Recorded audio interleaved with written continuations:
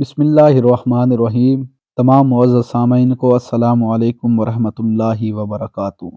मुअज़्ज़ज़ सामईन, हज़रत जुनैद बगदादी अलैहिर्रहमा के बहुत से मुरीद और शागिर्द थे। इनमें एक नौजवान शागिर्द ऐसा था जिसके साथ आप बहुत मेहरबानी से पेश आते थे, और हज़रत जुनैद बगदादी के दूसरे शागिर्दों को ये बात अच्छी नहीं लगती थी। इन्होंने एक रोज़ इनसे शिकायत करते हुए कहा, आखिर वो भी हमारी तरह आपके शागिर्द हैं, फिर आप इसके साथ हमसे ज़्यादा अच्छा सलूक क्यों करते हैं? हज़रत जुनैद बगदादी अलैहिर्रहमा ने जवाब दिया, मेरा ये शागिर्द इखलाक व आदाब और इल्म व दानिश में तुमसे बहुत बड़ा है, इसी वजह से मैं इसे ज़्यादा अजीज़ रखता हूँ। तुम्हारी तसल्ली के लिए एक रोज़ इसका इम्तहान भी हो जाएगा।